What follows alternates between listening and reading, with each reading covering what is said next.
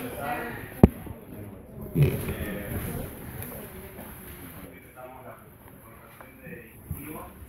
Creo que ya tuvieron que hablar conmigo antes. La primera, creo. Nada, ya sabemos la regularidad de este año y todo eso, chicos. Necesitamos que ustedes se pongan las pilas con el estudio, que vengan con las clases más o menos leídas.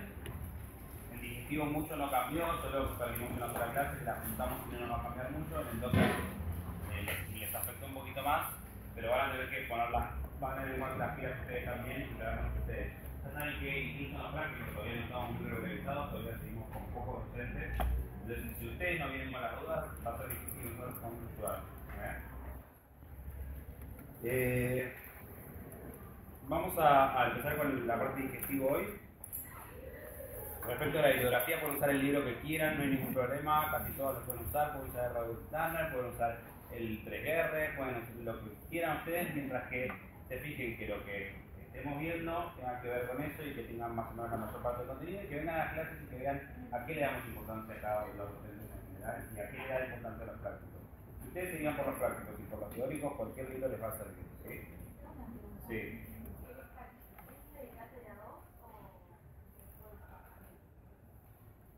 Justo el extracto mucho me gusta porque no es un libro, es como un manual, es como un resumen de cosas, pero lo puedes usar.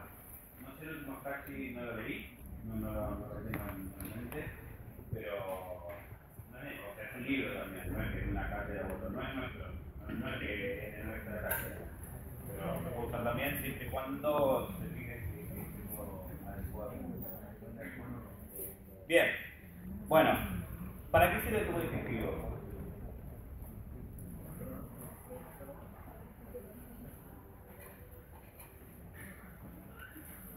¿Cuál es el objetivo de tu absorción de nutrientes? Absorción de nutrientes. Y imagínense.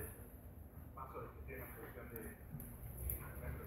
¿Cómo Paso de gestión y absorción de los alimentos. paso? Sí, el Ah, bien. Sí, esas serían parte de las funciones, pero ¿cuál es el objetivo último? Bien, incorporar nutrientes y qué más. agua y electrolitos. Agua y electrolitos, perfecto. Al organismo. ¿No? Ese es básicamente el objetivo. Para eso requiere cumplir con ciertas funciones, que son cuáles. ¿Cómo hago para lograr eso? Desde tener un churrasco en la mesa hasta lograr que eso, la glucosa esté en la sangre. Bien, ¿eso cómo se llama? Digestión. Bien. ¿Qué es la digestión? Si tuvieran que definir la digestión. Empiecen a pensar definiciones. ¿Cómo?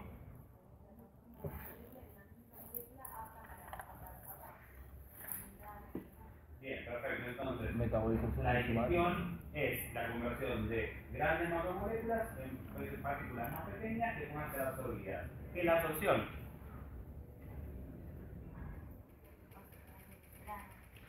El paso a través de membranas. O sea, que algo pase desde la absorción es que algo pase desde el extracelular a intracelular. Y al sangre, digamos. ¿Qué es el extracelular y qué es el intracelular? De la luz del tubo digestivo Escuchame lo que te preguntó. ¿Qué es el intracelular y qué es el extracelular? dentro de la Dame un ejemplo de intracelular.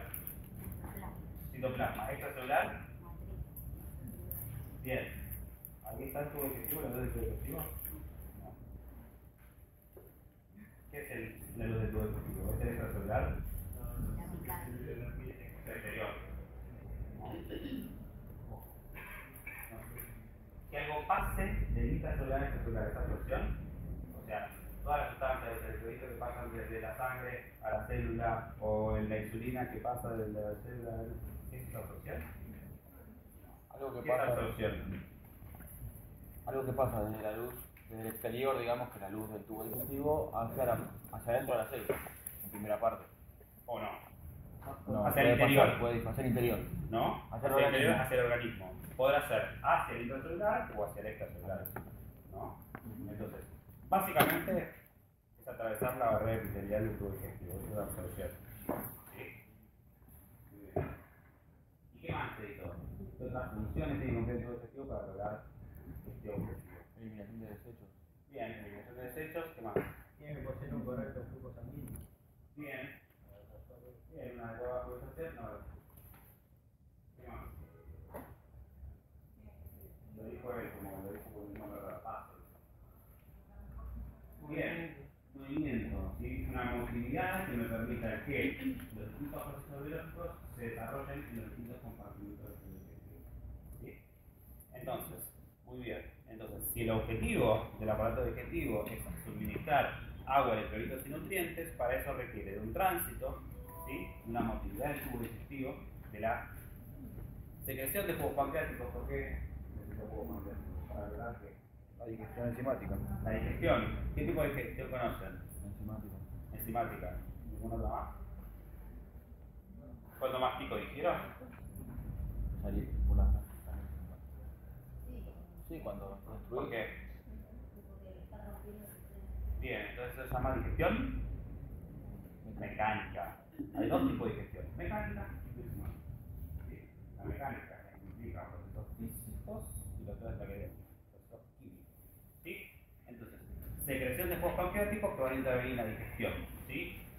Una vez que logre la digestión, voy a llegar a la absorción y por otro lado voy a eliminar o excretar los materiales desechos. Para eso necesito una adecuada circulación, ¿sí? Que me aporte oxígeno, ¿sí? Y que me permita llevar los distintos nutrientes, agua o electrolitos absorbidos hacia los lugares donde los puedo necesitar. Y todo eso va a estar regulado por qué dos grandes sistemas. Endocrino, nervioso. Endocrino y cerebral. Endocrino.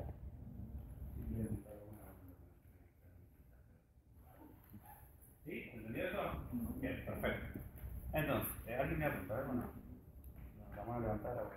Bien, perfecto. Para lograr todo esto, el sistema digestivo está formado de una manera determinada. ¿Qué órganos forman? Boca, esófago, Faringe, faringe, esófago, estómago, intestino delgado, estómago, grueso, y glándulas anexas. ¿sí? Entonces tiene una estructura básicamente tubular, ¿sí? Y glándulas anexas. Y contacto con el medio externo, ¿sí? Con el exterior, asociado a un par de glándulas anexas, básicamente, podemos decir el páncreas del hígado, las glándulas salivales, ¿sí?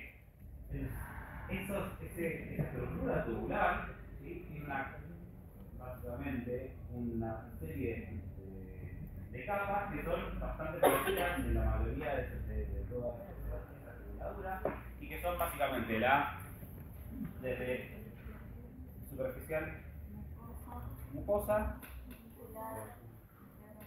mucosa Muscular y serosa. mucosa submucosa, Muscular y serosa. muscular y serosa. Bien. Ahora, ¿es igual en todas las partes del tubo digestivo? No. No. Bien. ¿Y por qué varía? ¿Eh? Sí. ¿Dónde está la adventicia?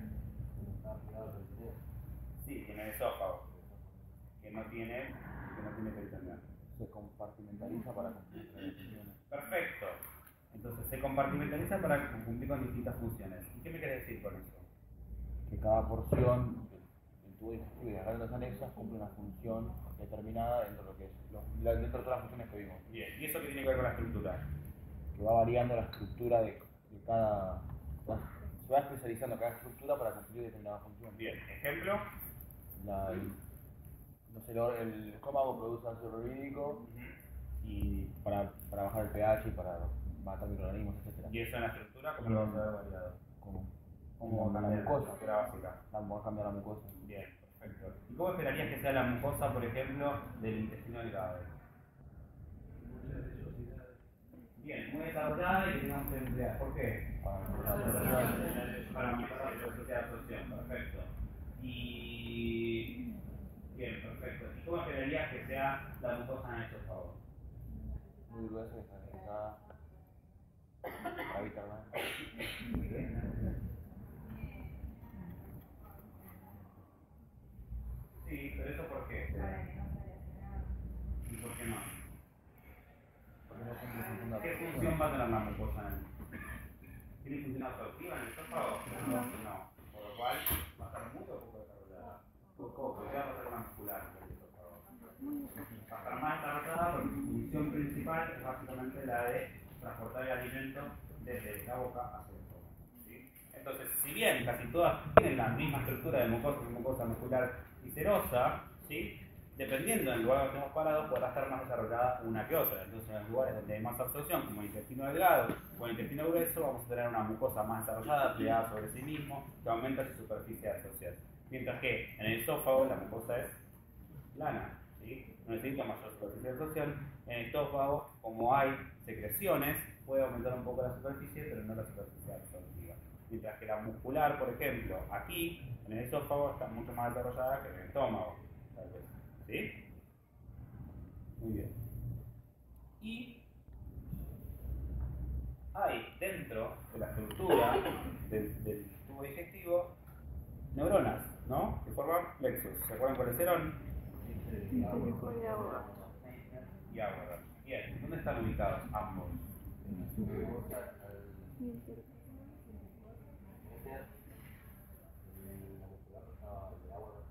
Bien, perfecto. Entonces está el plexo mientérico de Auerbach, que está entre las dos musculares, y el submucoso de Meissner, que está en la submucosa. ¿Regularán mismas cosas? ¿Qué les parece? ¿No? Bueno, dejamos ahí, a ver. Bien, entonces él dijo que había sectores del tubo digestivo que tenían funciones particulares y que eso hacía que también la estructura de esas distintas partes del tubo digestivo pudiera ser distinta. ¿Y qué delimitan los distintos lugares que existen? Esfínteres. Bien, perfecto. ¿Qué son los esfínteres? Estructuras musculares que regulan el paso de un lado hacia otro de esos compartimientos. Bien, ¿y para qué logro? ¿Para qué hago eso? Para evitar que haya reflujo. Lo haces para mantener esa compartimentación, si no se perdería. Perfecto.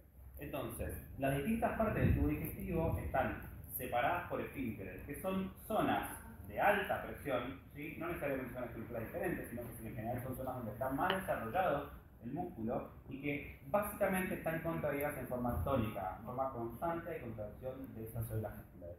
Lo que me permite compartimentalizar, ¿sí? Y por un lado, lograr separar funcionalmente las distintas partes del tubo digestivo, pero también evitar el reflujo, o sea, que el contenido distal vaya hacia proximal, pero también que el contenido que está en un determinado compartimento no pase a otro compartimento sin que se hayan cumplido con las funciones. Entonces, el esófago está delimitado por dos esfínteres, el esfínter esofágico superior y el inferior. El estómago está delimitado por el esfínter esofágico inferior y por qué más. Por el píloro. El intestino delgado está delimitado por el píloro y qué más. ¿Qué lo separa del colon? La válvula ileocecal, perfecto. Y el colon está delimitado por la válvula ileocecal y el ano, perfecto. Muy bien. Entonces, esto me va a permitir compartimentalizar el tubo digestivo y lograr las distintas funciones. Dentro de lo que es la motilidad del tubo digestivo, hay dos grandes tipos de movimiento. El movimiento o la ausencia de movimiento, digamos, de alguna manera. La contracción o la relajación.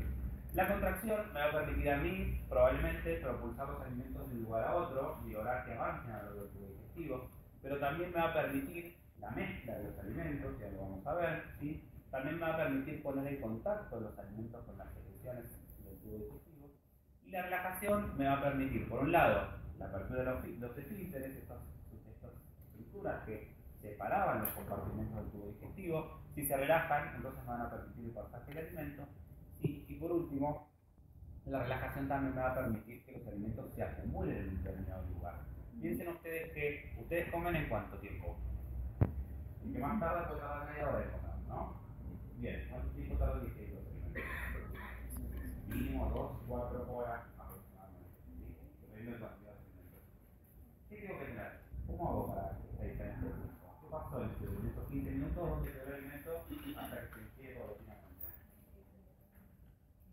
¿Dónde se acumula? ¿Dónde está almacenado? En el estómago. Perfecto. ¿Cómo hago para que se vea dentro del estómago de la comida y no avance hasta el intestino? Contracción esfínter. Bien, ¿alguien dijo algo por ahí? ¿Qué dijo? El píloro. Bien, perfecto. Los alimentos se mueven en el tubo digestivo porque mecanismo físico. El cálculo. Bien, ¿qué es la peristalsis?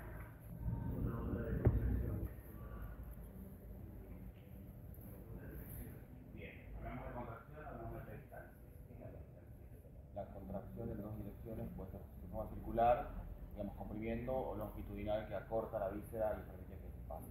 Bien, el alimento se mueve de un lugar a otro ¿por qué? Por la contracción abdominal. Bien, por la diferencia de presión. Por diferencia de presión. ¿No? Bien. Entonces yo en el píloro tengo una presión. En el estómago tengo otra. Si empiezo a acumular comida en el estómago, ¿qué pasa? Aumenta la presión. Aumenta la presión. Si la presión aumenta la píloro, pasa el alimento hacia el duodeno, ¿no? ¿Y? Entonces, ¿qué más? La peristalsis para aumentar la presión. No, pero lo que es el siguiente. Dijimos que yo como en 15 minutos en el estómago se llena de presión, la presión superó el píloro y entonces ¿dónde está el almacenamiento? Como no corre. No hay almacenamiento. Claro. Entonces, ¿qué necesito que haga el estómago? Que se relaje. ¿Sí? Y la relajación del estómago, por ejemplo, permite que los alimentos sean depositados en ese lugar y que no aumente la presión por encima de la tiroidea porque si no, estaría pasando todo a fondo de eso. ¿Entiendes? Lo mismo pasa en el recto. ¿Sí? El recto es un lugar de depósito también. Se deposita la materia fecal hasta que las condiciones estén dadas como para que yo pueda evacuar. ¿No? Bien, tengo un esfínter que contrae, ¿sí? El esfínter anal. Si el recto supera la presión de ese esfínter, ¿qué pasaría? No lo debería controlar, ¿sí? Y evacuaría en cualquier lugar. Entonces, no solo tengo que lograr mantener una presión en el esfínter mayor, sino que también necesito que el recto se relaje, ¿sí? Para evitar la evacuación, ¿sí? Por lo tanto, tanto la contracción, que es entendido como un mecanismo activo, como la relajación, que puede ser pasivo o no, eso lo vamos a ver un poquito más adelante, son movimientos fundamentales para el funcionamiento del tubo digestivo. Para eso necesitamos de células musculares, que en el tubo digestivo son células musculares del músculo tipo liso, ¿sí? ¿Dónde hay músculo estriado en el tubo digestivo? En el esófago proximal, en el superior y ¿dónde más? En el ano. Bien, en el esfínter anal externo. ¿Qué diferencia el músculo liso del músculo voluntario? Del músculo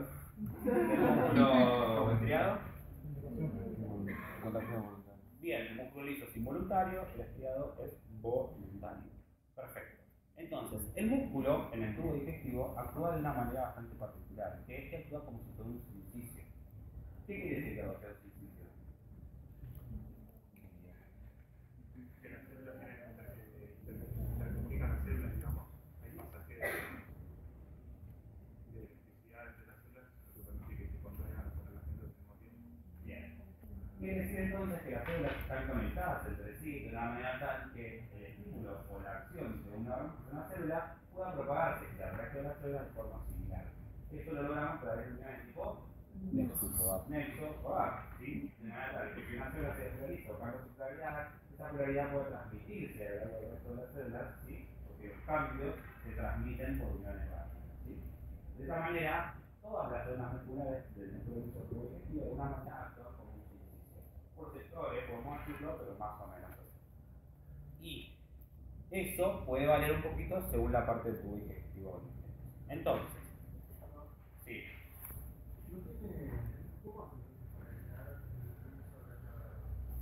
Como el impulso hacia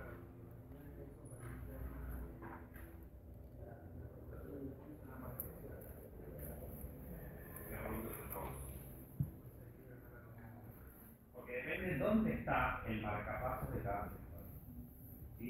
¿Quién impulsa la primera contracción? Es una célula que es una célula marcapaso. ¿Sí? La célula marcapaso, así como en el corazón, ¿sí? Que es una célula marcapaso del corazón, en el intestino también existen células marcapaso, son las células superiores cascales. Las células superiores cascales lo que hacen es generar una contracción determinada. Pero un umbral, ¿sí? Se produce una contracción. En general, esas células marcapaso están en las zonas proximales a sector del tubo digestivo. Esto es, en el fondo del estómago, ¿sí? En el duodeno inicialmente, ¿sí? Y eso propaga hacia distal. Como para arriba no va a ser tercera, si la tenemos para abajo, el estímulo se propaga de forma abajo. ¿Entiendes? Bien. Entonces, contracción contracción muscular, ahora lo vamos a charlar igual todo esto. La contracción muscular se genera por la presencia de un potencial de acción que genera una contracción, ¿sí? Eso es neuro. Entonces, esa contracción puede ser fásica o tónica, ¿sí? Si la contracción es transitoria, se llama contracción fásica, y es una contracción como en sacudida, produce una contracción y después vuelve al reposo. Si es tónica, es que se mantiene con el tiempo. ¿Dónde vamos a tener contracciones tónicas? En los esfínteres, muy bien. Y las contracciones fásicas probablemente en otras partes del tubo digestivo, que podrán ser aisladas, ¿sí? Una contracción aislada, ¿sí? Y eso puede darse en la peristalsis. ¿Qué es la peristalsis? Lo dije un poquito recién. ¿Qué era? Una onda de contracción muscular. Bien, perfecto. Era un movimiento, ¿sí? Una contracción muscular, un patrón motor estereotipado, donde lo que se intenta es propulsar el alimento hacia distal, hacia caudal, que implica una contracción proximal y una relajación distal, ¿sí? Eso me va a permitir llevar el alimento desde un lugar de mayor presión a uno de menor presión, ¿sí? Implica un sector propulsor y un sector receptor que hace lo contrario. Una contracción aislada a nivel proximal lleva a que el alimento avance hacia adelante y eso lleva a lo que llamamos peristalsis. Pero cuando yo tengo un segmento proximal y uno distal que alternan, uno se contrae, uno se relaja, uno se contrae, uno se relaja, uno se contrae, uno se relaja, ¿qué pasa? ¿Propulso el alimento hacia el lugar? No está avanzando hacia ningún lugar. Lo que estoy haciendo es comprimirlo, mezclarlo, y esos son los movimientos de mezcla. O sea, cuando tengo contracciones básicas múltiples, contracción, relajación, contracción, relajación, contracción, relajación, lo que voy a lograr es mezclar el alimento. Cuando es una contracción, relajación en forma de proximal hacia distal, logro que avance el alimento. ¿Sí? Muy bien. Ahora, cuando son tónicas y sostenidas en el tiempo, esto se puede producir, por ejemplo, en los esfínteres, un ejemplo, por ejemplo, es el recto, y menos frecuentemente en el fondo del estómago, que no sería el caso para que ustedes lo piensen antes. ¿Sí? Hasta acá tenemos como algunos patrones motores generales. Todos estos niveles de contracción y de movimiento del tubo digestivo están controlados de distintas maneras. Yo les contaba recién que, por ejemplo, existían algunas marcas en el tubo digestivo. Entonces, esta contracción o esta motilidad del tubo digestivo puede estar controlada por el mismo músculo, ¿sí? Y eso se llama control miogénico, ya lo vamos a charlar. Puede estar controlado por el sistema nervioso autónomo, ¿sí? Porque no va a ser lo mismo la contracción de mi tubo digestivo si estoy frente a la huida, si estoy relajado, ¿sí? Por el sistema nervioso entérico, que son estos dos plexos de los cuales hablamos antes, el plexo entérico y el submucoso, y después por factores hormonales, ¿sí? Siempre que hablemos de regulación de algo, vamos a hablar del sistema nervioso y del sistema nervioso. ¿Sí? Entonces vamos a empezar a pensar cómo la motilidad puede estar regulada a estos tres niveles. Entonces, yo les dije lo de las células superficiales de Cajal. Dijimos que eran células que lo que tenían era la capacidad de generar despolarizaciones en el tubo digestivo, que lo que hacen básicamente es cambiar la polaridad del tubo digestivo. Entonces, si yo agarrara un marcador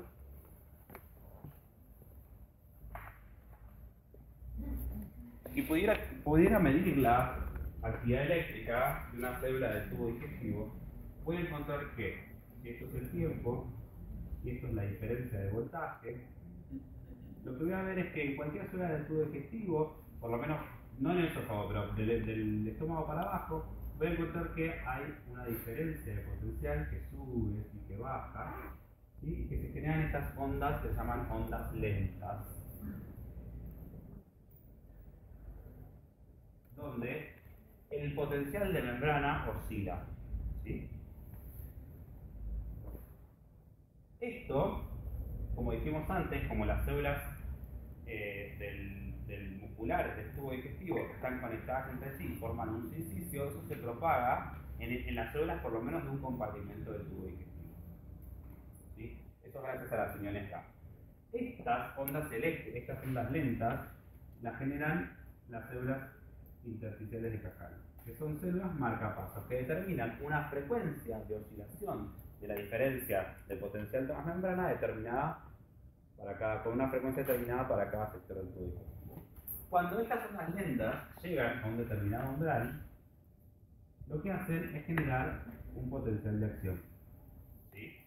Eso se llama un potencial en espiga, capaz que lo hicieron así, ¿sí? Y es un potencial de acción, que se traduce en, si uno pudiera medir la contracción en el músculo, ¿sí? En el tiempo, se traduce en una contracción muscular. ¿Sí? Si esta onda no llega a un determinado umbral, no voy a ver contracción. Y si después, por ejemplo, vuelve a llegar y genera otra potencial en espiga, voy a ver otra contracción muscular. ¿Se entiende esto? ¿Sí? A estas ondas lentas, que tienen una frecuencia determinada según el sector del tubo digestivo donde estemos, a esto se le llama ritmo eléctrico básico. ¿Sí? Cada sector del tubo digestivo tiene un ritmo eléctrico básico determinado, ¿sí? Una frecuencia de ondas lentas determinada. ¿Sí? Ahora, ¿cuántas contracciones puedo tener yo si supongamos que esto es un minuto, ¿no? ¿Cuántas contracciones posibles voy a tener en un minuto en este sector del tubo digestivo? ¿Qué les parece? ¿Dos? ¿Cuántas contracciones posibles? Depende del ritmo eléctrico que mande la célula. En este sector del tubo digestivo, que tengo esta frecuencia de ritmo eléctrico básico, ¿cuántas contracciones musculares máximas puedo tener? 4. Si estas 4 ondas lentas superaran el umbral, voy a tener potencial de espiga y voy a tener 4 contracciones. Sin onda lenta no hay contracción. No hay potencial de espiga, no hay contracción. ¿Sí? Pero no toda onda lenta se traduce en una contracción, porque esa onda lenta tiene que superar un umbral y generar un potencial de espiga. ¿Se entiende? Entonces, la máxima frecuencia de contracción es la máxima frecuencia de ondas, o sea, el ritmo eléctrico básico de ese sector del tubo digestivo. ¿Entiendes? Bien. Esto tiene que ver con que puede variar la cantidad de contracciones dependiendo de cuestiones que regula el tubo digestivo. Se sabe que el tubo digestivo está regulado inhibitoriamente. ¿Sí? O sea, inhibiciones desde el sistema nervioso entérico hacen que esta onda lenta no llegue al umbral.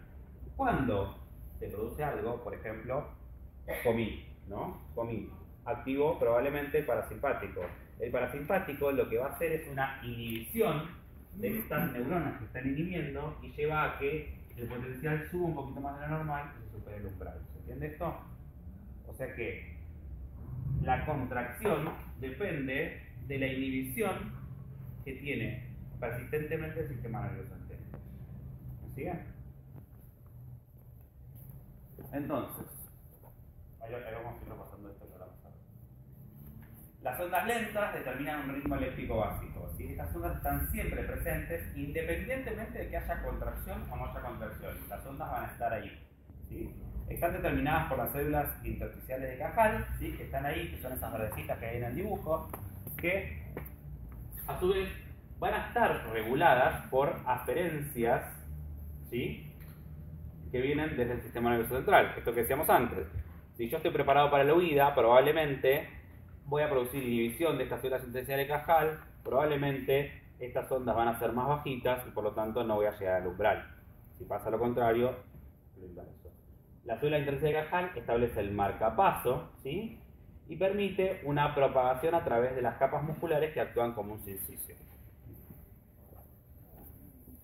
Entonces, acá tenemos que los potenciales espiga solo van a aparecer en aquellas ondas en las cuales se supere una determinada diferencia de voltaje.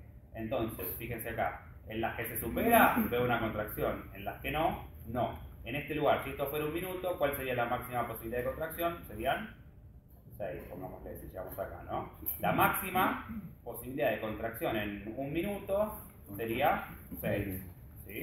Pero solamente llegaron 2 a superar el umbral, entonces solamente tengo 2 contracciones. Entonces, no en todas las ondas lentas se produce contracción, ¿sí? Y eso tiene que ver con esto que les decía antes, que normalmente el sistema nervioso entérico genera un efecto inhibitorio. Y cuando algún factor externo modifica esa inhibición, entonces voy a ver que se supera el umbral. ¿Entiendes? Bien. Entonces, la inervación motora inhibitora desempeña un papel muy importante, ¿sí?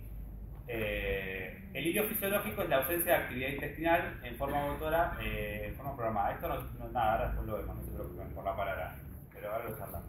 Y fíjense lo que dice abajo. En los esfínteres, las neuronas motoras inhibitorias que inervan los esfínteres normalmente están desactivadas.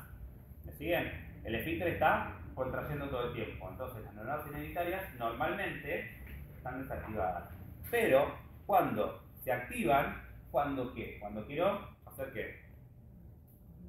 Relajar el esfínter y pasar el alimento a otro lugar. ¿Sí? Si fuera el ano se queda de evacuar, pero depende del lugar, ¿no? Pero si es el esfínter del esófago inferior, si yo hago una deglución y quiero que el alimento pase del esófago hacia el estómago, ¿qué necesito hacer? Necesito activar, ¿sí?, a las neuronas inhibitorias para que inhiban la contracción del esfínter.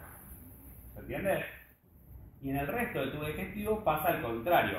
Las neuronas motoras inhibitorias del músculo liso circular normalmente están continuamente activadas, ¿sí? Y el movimiento muscular, o sea, la contracción, depende de desactivar esas neuronas inhibitorias. ¿Se entiende? ¿Sí? Bien. Esto es un poco más de lo mismo. Y fíjense, si bien la célula muscular tiene un ritmo eléctrico que le es propio, que está determinado por la fibra de interfacción de Cajal, va a haber factores externos, principalmente vinculados al sistema nervioso, que pueden modificar eso, ¿no? Entonces, pongámosle, estamos en reposo, hay una frecuencia de ondas lentas, ¿no? Cuando, por ejemplo, se activa el parasimpático, ¿qué pasa? El umbral sube un poquito y ahí veo los potenciales en espiga. O, por ejemplo, distensión. ¿A qué se refiere esto? Si yo, ¿ustedes qué creen? Que cuando como la motilidad del tubo digestivo se estimula o disminuye? Se estimula, ¿no? Probablemente. Necesito propulsar ese alimento a lo largo del tubo digestivo. Entonces, por ejemplo, llega alimento al estómago, el estómago se distiende, ¿eso activa qué? Distensión, activa qué tipo de receptores. Activa mecanorreceptores, ¿sí? Esos mecanorreceptores probablemente por una vía refleja van a producir una inhibición de la inhibición, ¿sí?, que me va a subir un poquito la diferencia de umbral, ¿sí?, la diferencia de potencial transmembrana, llega al umbral, encuentra contracción e inicia un movimiento proyectátil. ¿Entiendes? Bien. Y lo contrario va a suceder si, por ejemplo, estoy frente a una situación de huida o cuando se descarga el simpático por alguna causa, las ondas lentas se van a hacer más chatas, van a tener un potencial más bajo, no van a llegar al umbral, por lo tanto no va a haber contracción. Y respecto a la frecuencia del ritmo eléctrico básico, yo les dije que cada órgano tenía como una frecuencia bastante característica. En el esófago dijimos que no hay, ¿sí? Ahí tiene un dato de Choi que les encanta a ustedes. Bien, eso por un lado. Y del estómago para abajo, la frecuencia va a variar. El estómago de 3 por minuto, en el duodeno de 11, en el duodeno de 8, en el colon 3 por 6. Básicamente nadie le va a preguntar cuál es el número, pero lo interesante de esto es que, por ejemplo, si la frecuencia del ritmo eléctrico básico del duodeno es 11, no voy a poder tener más de 11 contracciones por minuto en el duodeno. Ese es el concepto que tiene que tener. Esto como dato anecdótico, en el intestino, a medida que avanzamos en el intestino, la frecuencia de ondas lentas va bajando y en el colon sucede lo contrario. ¿Por qué? Porque el intestino va haciendo ondas más lentas para lograr terminar de absorber y el colon, a medida que se acerca al sigmoide, va a aumentar la contracción para lograr la evacuación. Bien. Y el fenómeno químico que desencadena la contracción, ¿sí?, estas ondas, estos potenciales en espiga son potenciales bifásicos, ¿sí?, que una primera fase que implica la apertura de canales de calcio, voltaje independientes, o sea, supera una determinada diferencia de potencial, eso genera una apertura de canales de calcio que permiten la entrada de calcio dentro de la célula, que eso acumula el calcio dentro de la célula porque viene de afuera y porque se libera calcio desde adentro del retículo y de los gránulos adentro de la célula, eso permite la contracción y después se produce una repolarización como consecuencia de apertura de canales de potasio, también voltaje dependiente, que sacan el potasio hacia afuera y permiten la repolarización. ¿Sí? Entonces, esto es lo mismo, ¿no? El dibujo que muestra cómo entra el calcio en toda la célula y cómo sale el potasio en la repolarización. Si uno pudiera ver esto en forma dinámica, lo que veríamos es que acá está la onda lenta, ¿no? Onda lenta, ¿sí? Llegamos a un lugar donde se supera un umbral y entonces se abren canales de calcio voltaje dependiente. Eso lleva al ingreso de calcio dentro de la célula, que genera un pico, un potencial en espiga, ¿sí? Eso implica el ingreso de calcio desde afuera y desde el calcio que está acumulado dentro de la célula hacia el medio intracelular. Posteriormente se produce apertura de canales de potasio, voltaje dependiente, ¿sí? Que permiten la salida del potasio, lo que lleva a la hiperpolarización de la célula, que de vuelta empieza a aumentar de a poquito su potencial de acción, se activan los canales de calcio y así cíclicamente. ¿Está bien? Entonces, la frecuencia, ya lo repetí 80 millones veces, la frecuencia máxima de contracción de un determinado segmento del tubo digestivo coincide con la frecuencia de onda lenta de dicho segmento, ¿sí? Esto es así en cada una de las regiones del tubo digestivo donde hay un ritmo eléctrico básico. Esa frecuencia y la amplitud de las ondas del ritmo eléctrico básico, y por lo tanto la posibilidad de contracción, van a poder ser moduladas por la intervención de otros factores, ¿sí? Que van a tener que ver con neurotransmisores o hormonas, ¿sí? Entonces, si bien el ritmo eléctrico básico forma parte del control miogénico de la contracción, hay dos niveles más que tienen que ver con el sistema nervioso y con el hormonal que pueden regular la frecuencia de las contracciones. ¿Está bien? Y a eso vamos ahora. Primero vamos a hablar de lo que es el control neurogénico, ¿sí? ¿Cómo va a estar regulado? ¿Por qué sistema básicamente? ¿Por el sistema nervioso central, perfecto, por un lado, y por otro lado? Sí, o sea, por el central, más que nada a través del sistema nervioso autónomo, y por el sistema nervioso entérico, perfecto. Entonces, el autónomo a través del simpático y el parasimpático, y el entérico a través de los dos plexos de los cuales hablamos, ¿no? El plexo mientérico principalmente va a regular qué función del tubo digestivo. ¿Qué les parece? Está entre el músculo. Bien, la motilidad, ¿sí? Mientras que el plexo mucoso, ¿qué va a regular más que nada? Secreción, absorción y también lo que tenía que ver con el flujo, ¿sí? Sanguíneo. Entonces, a nivel estructural, tanto el simpático como el parasimpático van a poder influenciar sobre lo que haga el sistema nervioso entérico dentro de la pared del tubo digestivo. Y lo que vamos a tener que ver es esto de que ya lo saben, pero ¿dónde está la neurona preganglionar del sistema nervioso autónomo? ¿Cuerpo de la neurona preganglionar? Sí. O el cuerpo de la neurona preganglionar. ¿En el tronco o en la médula? ¿Sí? Perfecto. Bien. En general en el tronco, y del tronco el cuerpo lleva los axones hacia los tejidos, ¿no? ¿Dónde está el cuerpo de la neurona postganglionar en el caso del parasimpático? Del parasimpático. No es el sistema nervioso entérico. El tubo digestivo. Está en la pared del órgano, ¿sí? En general, o está próximo al órgano siempre el cuerpo de la segunda neurona del parasimpático. Si se fijan acá, tenemos parasimpático, nervio vago, preganglionar en el tronco, ¿sí? Hace sinapsis con la neurona postganglionar adentro de la pared del tubo digestivo, ¿sí? Mientras que el simpático, ¿dónde tiene el cuerpo de la segunda de la neurona postganglionar? Bien, en los ganglios de la columna paravertebral, acá, ¿sí? Que hace sinapsis acá con la neurona del sistema nervioso entérico, que es esta verde, ¿sí? Muy bien. Entonces, como decíamos antes, tanto un plexo como el otro van a estar especializados en regular ciertas funciones. Lo del mientérico, más que nada vinculado a la contracción, a la motilidad, a la frecuencia de las contracciones básicas, esto que decíamos antes, cuán frecuente se va a producir ahí abajo la onda lenta, una contracción, y la velocidad de conducción. Mientras que el plexo mucoso va a regular más que nada lo que es secreción, lo que es absorción y lo que es flujo sanguíneo, ¿sí? Entonces, por sí solo, el sistema nervioso entérico ya tiene una función, ¿sí? Por ejemplo, ¿qué pasa? Si yo si llega, por ejemplo, glucosa o ácidos grasos al tubo digestivo, ¿no? Al duodeno, ¿qué va a pasar?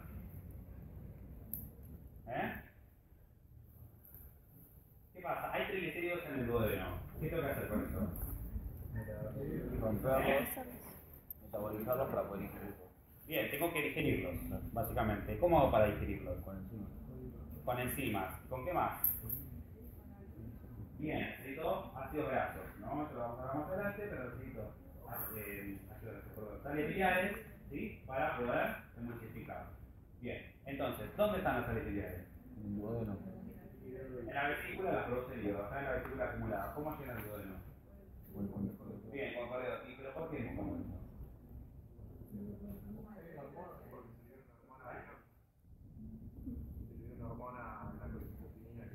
Bien, se pone que se da licor que se da la colesterolina. ¿Quién te dice la colesterolina salió acá? ¿Eh? Los triglicéridos. Así, que bien.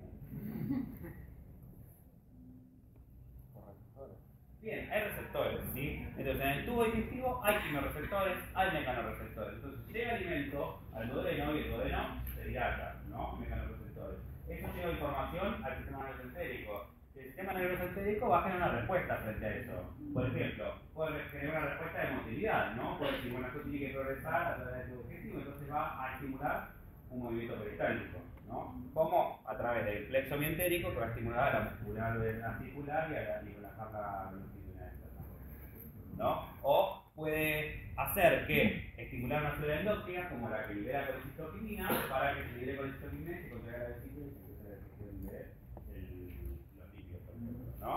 O estimular en los vasos sanguíneos una vasodilatación para producir una mejor absorción y que lo que se absorba pueda llegar al resto del organismo. ¿Se entiende?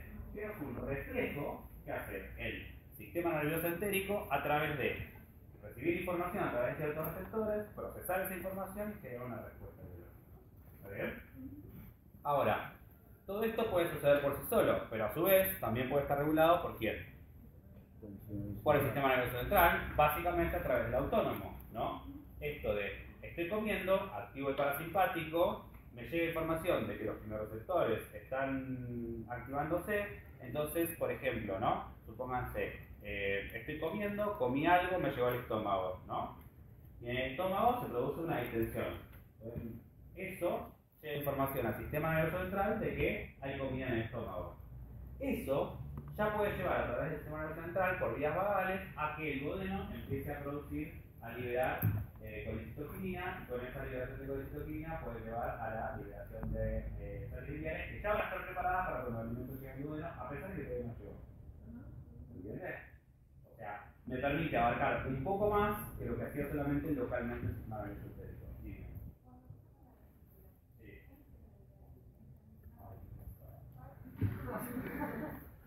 ¿Qué pasa cuando saca la vesícula? No almacenar. ¿Tenés bilis? Sí. Bueno, todo el tiempo estás tirando bilis al tubo. No, puede ser malo como no. En algunos pacientes no produce nada, en otros produce diarrea, porque las salidas retienen agua y al terminar, como está tirando todo el tiempo, no va a resolver todas, acumula agua y produce diarrea. Le das un medicamento que espera las salidas.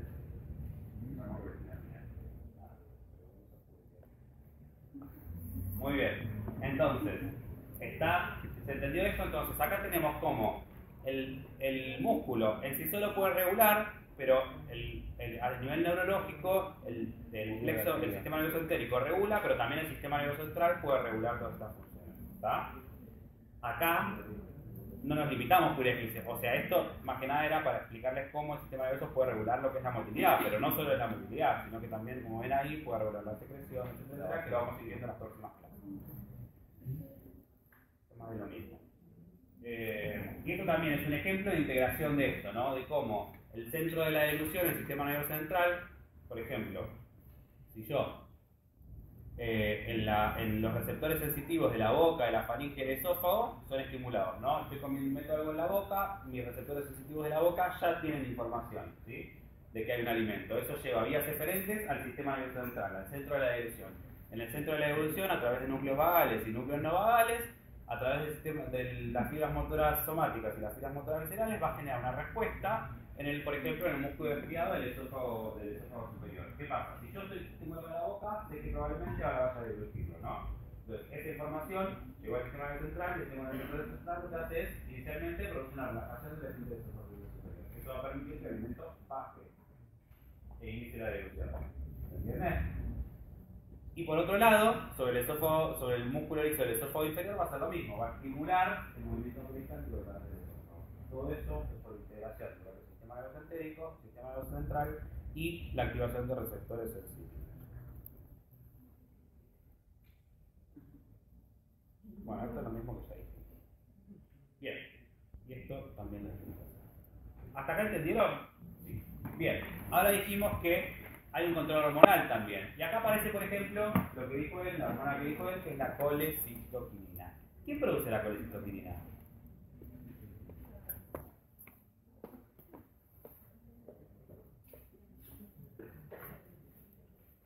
¿Dónde se produce la colecistoquinina? ¿En él? Bueno, porque dice ahí. Sí. ¿Qué es la colecistoquinina?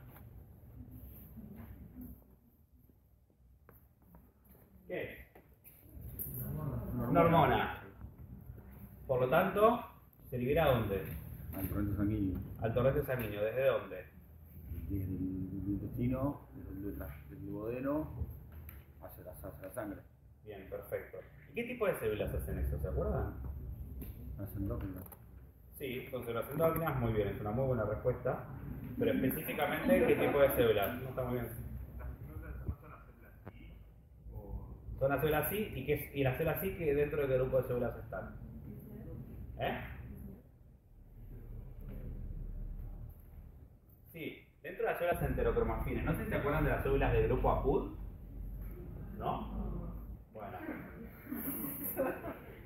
Son células que se descubrieron que están intercaladas en el intestino, ¿sí? Ustedes, normalmente el intestino, ¿qué tipo de células tienen? ¿Cómo se llaman? Heterocitos. Bueno, interpuestos entre esos heterocitos hay unas células, ¿sí? Que se llaman células enterocromafines o son del grupo APUD. Se distinguieron inicialmente, lo deben haber leído en histología, porque se teñían de manera distinta, ¿sí? Con tinciones argénticas, básicamente porque carboxilan aminoácidos. Entonces, estas células tenían una característica bastante particular, que eran medio triangulares, que estaban interpuestas, ¿sí? Entre los enterocitos, y lo que tenían era una superficie apical más triangular, ¿sí? Y a nivel basal una superficie mayor con gránulos, ¿sí? Entonces estas células lo que hacen es, frente a estímulos en la luz del tubo digestivo, ¿sí? Generan como respuesta la secreción de una hormona, ¿sí? Que se libera el torrente sanguíneo y va a actuar sobre otras células alejadas o más cercanas a ella, ¿sí? Entonces, por ejemplo, en el caso de la colecistoquinina, ¿sí? La presencia de ácidos grasos, ¿sí? En la luz del duodeno es reconocida por esta célula a través de quimioreceptores, detecta ácidos grasos. Si detecta ácidos grasos, quiere decir que probablemente tenga que digerir y absorber grasas, ¿no? ¿Y qué dijimos que necesitaba para digerir y absorber grasas? Ácidos biliares. Por lo tanto, esta célula, frente a la presencia de ácidos grasos, va a liberar colecistoquinina. ¿Qué significa colecistoquinina? ¿A qué le suena?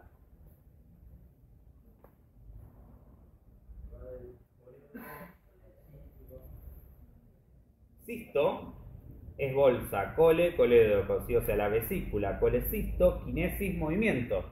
Entonces, lo que hace esta hormona es contraer a la vesícula y relajar el esfínter de Oddi, por lo cual va a permitir la liberación de ¿qué? Sales biliares. De sales biliares que vengan de la vesícula, ¿no? Va a estimular la contracción de la vesícula. Va a liberar las sales biliares que va a permitir la digestión de esas grasas que inicialmente se hizo esa célula. ¿Se entiende? Es un control hormonal ¿de qué? ¿De qué proceso? Sí, en definitiva de la digestión, ¿no?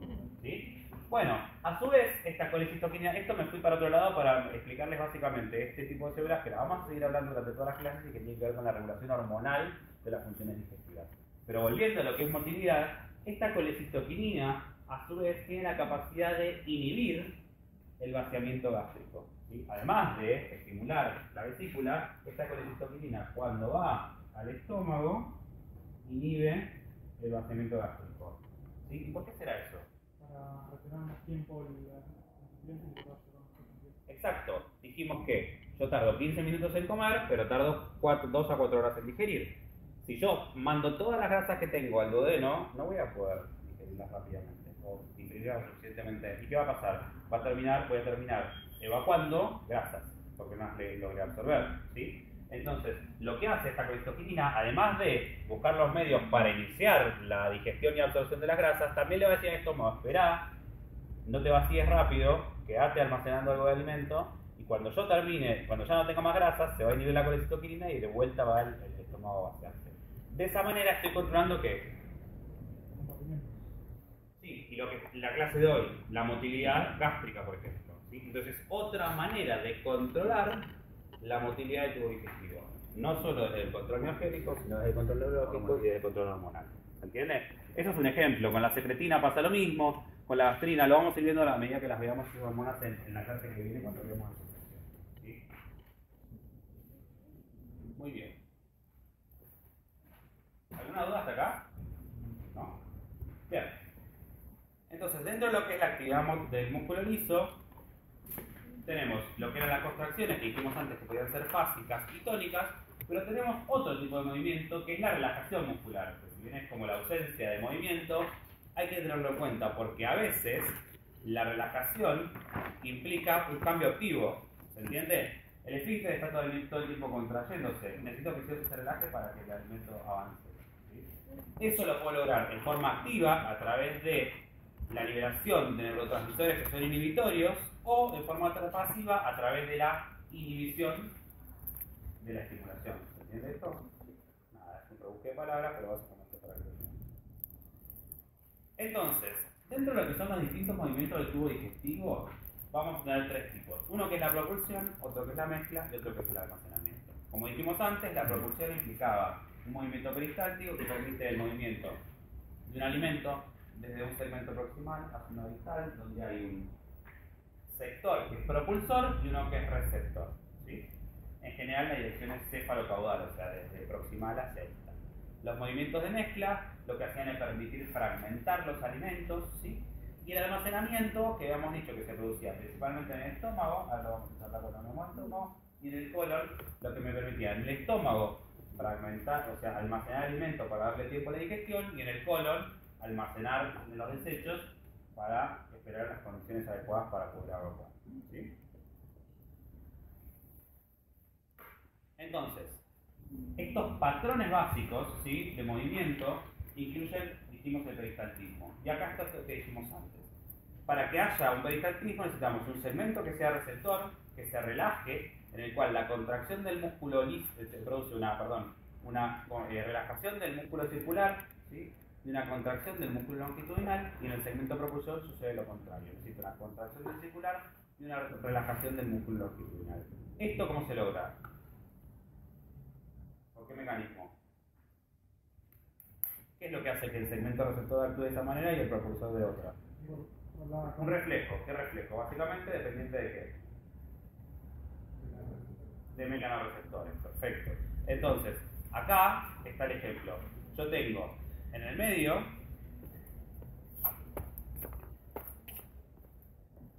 un segmento del tubo digestivo, ¿sí?, que se está distendiendo, ¿no? Ahí. Eso lo que hace es activar mecanorreceptores, ¿sí? Y a través de distintas interneuronas del plexo y entérico, lo que voy a hacer es que esa distensión haga que, por ejemplo, en el segmento propulsor, o sea, por arriba, ¿sí?, se estimule a la neurona excitatoria del músculo circular, ¿sí?, y se inhiba a la neurona inhibitoria del músculo circular. ¿Me siguen? Con esto logro contracción proximal del músculo circular. ¿Está bien? ¿Hasta ahí? ¿Sí? Bien. Y por otro lado, en el segmento distal voy a hacer lo contrario. Inhibir a la neurona excitatoria circular y estimular a la neurona inhibitoria circular que es esta. ¿Sí? En este punto van a encontrar que esto puede cambiar un poquito, ¿sí? Acá lo que vamos a ver es que hay contracción de los dos y acá hay inhibición de esto, pero en eso no se preocupen. Lo más importante es qué pasa con el músculo circular para lograr eso, ¿sí? Pero básicamente lo que tienen que tener en cuenta es que esto es un reflejo local que permite la propulsión y que está vinculado a el mismo alimento que produce una activación de un mecanorreceptor y que produce una respuesta refleja. Y el otro patrón de movimiento es el movimiento de mezcla, que implica contracciones que también eran básicas, ¿sí?, pero que eran no únicas, sino que eran persistentes. Entonces, fíjense, en un mismo segmento lo que va a suceder es que primero se relaja y después se contrae, se relaja, se contrae, y en el segmento inmediatamente inferior se produce el movimiento inverso, lo cual no permite el avance del alimento y sí permite la fragmentación y la mezcla. ¿Sí? Y otro patrón de movimiento es el ilio fisiológico. ¿Sabes lo que es el ilio? Bueno, es ausencia de movimiento. ¿Sí? El ilio fisiológico es algo que puede suceder algunas veces y puede ser normal, pero muchas veces también es patológico. Por ejemplo, cuando alguien, no sé si alguna vez operaron del abdomen, una vez, no sé si lo operaron de la vesícula o del apéndice, lo que fuera, al principio no te dejan comer rápidamente. ¿Qué te dicen antes de darte de comer? ¿Qué te preguntan? ¿Cómo de nuevo la pregunta? ¿Eh? De nuevo la Te operaron pregunta. de la vesícula, De la apéndice. del apéndice. ¿Te dejaron comer rápidamente? ¿Qué te preguntaban antes de que dejarte comer o no? Nada, no te dejaban. ¿Y cuándo te dejaron comer? A 2 días. ¿Por qué? Porque decidieron ellos, capricho de ellos. Uno. ¿Eh? Hiciste el baño. ¿Y por qué te preguntaban si hiciste el baño?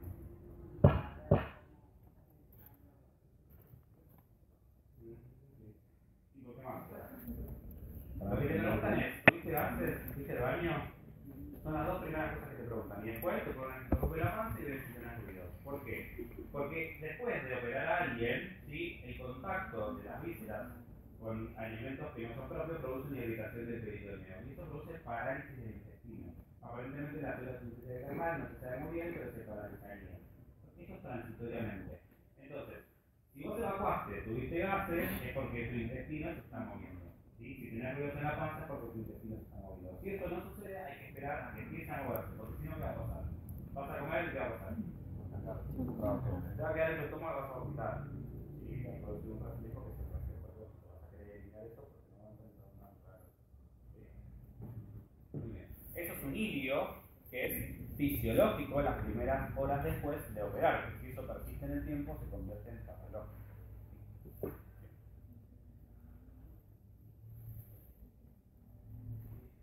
¿Hasta acá alguna duda? ¿No?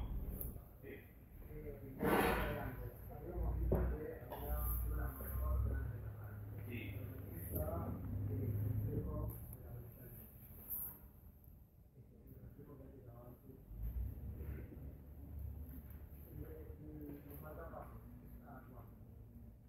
Depende del segmento, de verdad que si hay cada cual a hacer eso, depende del segmento. Es más frecuente en el duodeno, y ahí hay que hacer intestinalmente, y el suelo para aumentar la del polvo, y en el esófago no.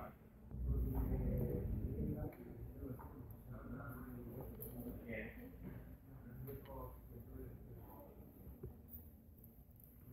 No, aparte de que más fácil.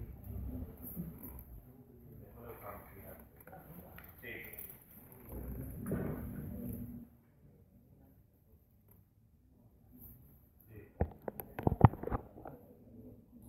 Vamos a empezar a hablar de cómo los distintos segmentos del organismo tienen patrones de movimiento particulares. Esto fue medio como general. Entonces, lo primero, la primera parte del tubo digestivo es el esófago. ¿Sí? En el esófago, en la boca y el esófago se inicia lo que se llama la deglución, ¿no? ¿Qué es la deglución? Tragar, o sea, hacer esto.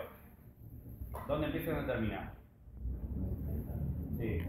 ¿En qué parte del tubo digestivo empieza y en qué parte termina? Empieza en la boca y termina en el estómago. Empieza en la boca y termina en el estómago. Eso es deglución. Perfecto. Entonces, como definición, la deglución es el movimiento que permite el pasaje de alimentos desde la boca hacia el estómago. ¿Sí? Bien. Tiene tres fases. ¿Cuáles serán? Sí, hay una que es voluntaria y dos que son involuntarias. La primera parte es cuando tragás es voluntario, después el resto sigue siendo. Bien, esa primera, cuando tragás, tragar es la primera fase, sí, y es en la boca, es fase oral. Muy bien, voluntario. La que sigue, ¿dónde será? La orofaringe. Faringia es la segunda, es involuntaria, y la tercera es esofágica y es involuntaria también. ¿Sí? Muy bien. Entonces, es un conjunto de acciones musculares coordinadas que posibilitan el trasplante. Fase oral. Voluntaria, ¿sí? Es la que inicia el proceso, una fase faringia, donde el alimento pasa desde la boca hacia el esófago, ¿sí? Y eso implica una serie de movimientos que ahora vamos a ver, y particularmente la relajación del esfínter esofágico superior, que normalmente está cerrado. ¿Por qué está cerrado? Por eso pasa el aire para la... Exacto, porque si no el aire sería el esófago. ¿No? Y después está la fase esofágica, que también es involuntaria, que implica el pasaje del alimento por el esófago hasta llegar al estómago. Y implica la relajación del esfínter esofágico inferior. ¿Sí? ¿Siguen hasta acá? Bien. Todo esto implica una serie de movimientos, ¿sí? Implica en la fase oral que la lengua se desplaza hacia atrás, desplaza el borde hacia atrás, se tapa en parte por acción del velo del paladar blando, ¿sí? ¿Se tapa qué? La nasofaringe, perfecto. ¿Por qué quiero tapar la nasofaringe? Exacto, porque yo estoy generando presión desde la lengua hacia atrás y eso se va a ir a un lugar donde haya menos presión. ¿Dónde hay menos presión? Arriba. ¿Para la orofaringe o para la nasofaringe? Puede ir para cualquiera de los dos lados. ¿Por qué no va a la nasofaringe? Porque el velo del paladar tapa la nasofaringe. ¿Sí? Bien. Después sigue la fase faringea, donde el paladar duro empuja hacia atrás, las cuerdas vocales se empiezan a aproximar para cerrarse, la laringe se dirige un poquito hacia arriba y hacia adelante, lo que permite tapar la epiglotis, la faringe hace lo mismo, se relaja, los músculos constrictores de la faringe se contraen, ¿sí? Empujan el bolo, se relaja el esfínter esofágico superior y pasa el alimento hacia el esófago, ¿sí? Y ahí pasamos a la tercera fase, que es la fase esofágica, ¿sí? Que es cuando el alimento transcurre a través del esófago y llega al estómago por relajación del esfínter esofágico inferior, ¿sí? Todo esto es estudiarlo, ¿no? Pero ahí lo vamos a ver.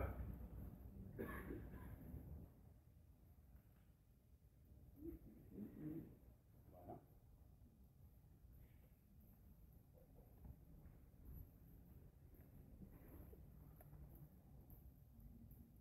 Swallowing or deglutition is the process by which food passes from the mouth to the stomach. A ver, This esófago. movement is controlled by the nervous system and involves both voluntary and involuntary muscle contraction. Before food Entonces, ahí tenemos velo del paladar blando. ¿Esto qué es? La epiglotis, acá que están. the salivary glands Las cuerdas vocales, ¿sí? Y el esófago. salivary Y el esófago acá atrás, ¿no? Esto es salivary Caliente. alveolate begins the chemical breakdown of starch, carbohydrates.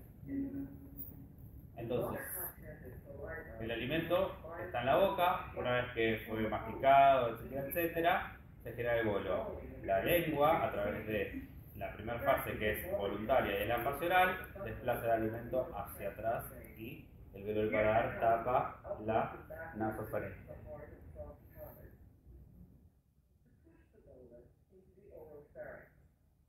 Next is the pharyngeal stage. Segunda fase, fase faringea, que necesito que Haciendo el velo para dar. Movement of the bolus stimulates receptors in the oropharynx, which send impulses to the deglutition center in the medulla oblongata and the lower palms of the brainstem. The entonces ahí lo que va a pasar es que close off the nasopharynx. en parte la alveolar tapa, la epiglotis desciende, la laringe asciende, ¿sí?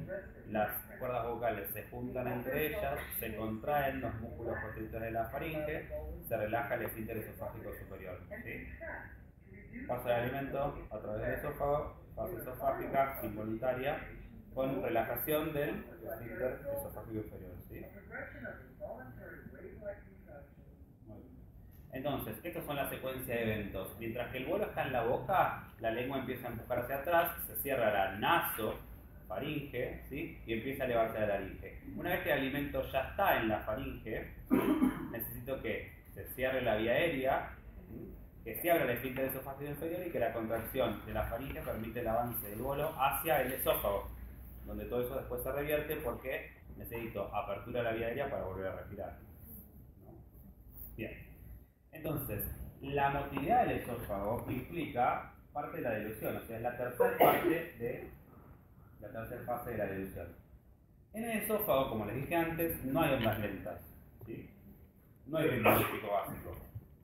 Y la contracción se debe básicamente a activación de neuronas motoras excitatorias, no como el ritmo eléctrico básico que dependía básicamente de la ausencia de inhibición, o de la inhibición de la inhibición, ¿sí?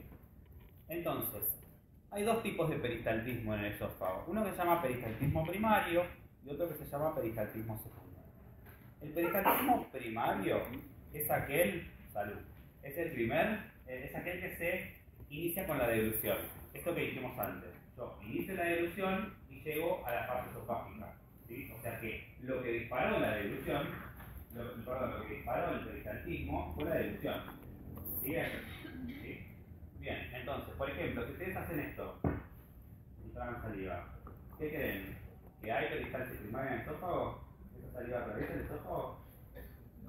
Sí, yo disparé la deglución, independientemente de que no tenga alimento, yo generé la primera fase que es voluntaria de la deglución y eso dispara la segunda fase.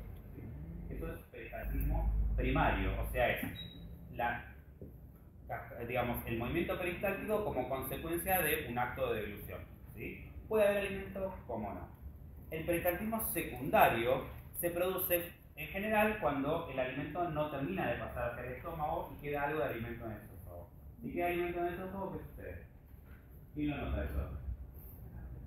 Los mecanorreceptores. Entonces, estos mecanorreceptores, ¿qué hacen? Activan un reflejo que desencadena una nueva peristalsis secundaria. Una nueva fase de contracción. Exacto, una contracción progresiva a lo largo del esófago que permite vaciar el esófago de alimento. ¿Sí? Y también puede suceder cuando tengo, por ejemplo, reflujo. Si algo de contenido del estómago sube para arriba y queda en el esófago, también activan los receptores y pueden limpiar eso a través de una banda peristáltica secundaria, que no fue disparada por una deglución, que es disparada por un mecanorreceptor que se activa porque hay alimento dentro del esófago. ¿Entiende la diferencia entre una onda peristáltica primaria y secundaria? Existen ondas peristálticas terciarias, son patológicas en general, se pueden dar en sanción y en general ustedes no tienen que saberlas, así que olvídense de ellas, pero por si en algún momento alguien les decía. Entonces, si yo tuviera la posibilidad de medir las presiones a lo largo del esófago, puedo hacerlo a través de un estudio que se llama manometría, una manometría esofágica. Básicamente consiste en introducirle al paciente un catéter a través de la nariz que llegue hasta el estómago y que tenga distintos sensores de presión a distintas alturas. Entonces, yo lo que puedo hacer es poner ese catéter y darle al paciente un vaso de agua y que trague. Y ver cómo se modifican las presiones en el esófago a medida que avanza eso en el tubo. Entonces, le doy para tomar algo o para comer algo y voy a ver que inicialmente se va a producir una contracción a nivel de la faringe, ¿sí? Que después se va a producir una apertura del esfínter esofágico inferior, por eso hay una disminución de la presión, ¿sí? A nivel del esfínter, para después contraerse para permitir una propulsión del alimento en forma progresiva a través del esófago. ¿Se entiende esto? ¿Sí? Pero vamos a ver también que acá abajo, desde el momento en que se inicia la dilución, ¿qué pasa? Disminuye la presión. ¿Dónde es esto? En el esfínter esofágico inferior. En todo el esófago estimula la contracción progresiva. En el esfínter esofágico inferior hay contracción tónica, lo que tengo que hacer es producir una inhibición de la relajación, una relajación. Eso es mediado por un estímulo reflejo a través del nervio vago. ¿Sí? ¿Se entiende esto? Entonces, si uno pudiera situarse en el esófago, en el esfínter esofágico inferior y en el estómago proximal, voy a ver que frente a una deglución, frente al inicio de una deglución, voy a ver una disminución de la presión en el esfínter esofágico inferior que se relaja y una disminución también de la presión en el estómago, una relajación. ¿Y eso por qué? Exacto, porque dijimos que el estómago funcionaba como un lugar de almacenamiento, que necesitaba relajarse para contener el alimento, no aumentar las presiones y mantener un lugar de almacenaje sin que se replique por diferencia de presión. ¿Sí? ¿Está bien? Esto se llama relajación receptiva del estómago. ¿Estamos hasta acá? ¿Sí? Bien. ¿Qué es el reflujo gastroesofágico, no?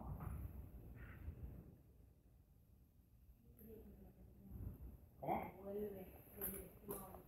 Bien, perfecto. Es cuando la comida o el contenido del estómago sube hacia el esófago. Y eso se manifiesta porque, ¿qué siente la gente en general? Acidez, el ácido sube para arriba, ¿no? Siente como algo que le sube acá arriba, un ácido que le sube acá arriba. Perfecto, eso se produce como consecuencia de que el contenido sube para arriba. ¿Por qué puede subir? Porque falla qué. Bien, puede fallar el esfínter o falla una barrera que hay, ¿sí? La barrera, ¿sí?, que se genera Eso es muy frecuente porque uno todo el tiempo está generando un aumento de la presión intraabdominal, ¿sí? Esa presión intraabdominal normalmente no debería ser superior a la presión del esfínter, o sea, la presión que se genera en la unión gastroesofágica. Si yo hago abdominales, aumento la presión intraabdominal y puedo tener más reflujo. Si yo toso, me pasa lo mismo. Si yo voy al baño y evacúo, también aumento la presión intraabdominal y eso podría aumentar la frecuencia del reflujo, ¿sí? Para eso existe un esfínter y una serie de estructuras que tratan de evitarlo. Esas estructuras no solo son el esfínter, sino que son, por ejemplo, el diafragma, la crura, ¿sí? Que forma el diafragma con las fascias supra y infradiafragmáticas. Esto que está acá es el ángulo de His. Ustedes piensen que, como dijimos recién, el estómago es un lugar de almacenamiento, por lo cual, si yo aumento la presión intraabdominal, es posible que todo ese contenido que tenga adentro pueda subir para arriba. Si yo tuviera el estómago así, ese alimento ¿dónde estaría? Acá. Por lo cual, aumento la presión. Si vento rápidamente, esto va a subir para arriba fácilmente. El estómago tiene esta estructura a propósito, tiene este ángulo que hace que el alimento se acumule acá y no sea tan fácil de que suba para arriba. Es un mecanismo de funcionamiento. ¿Eh?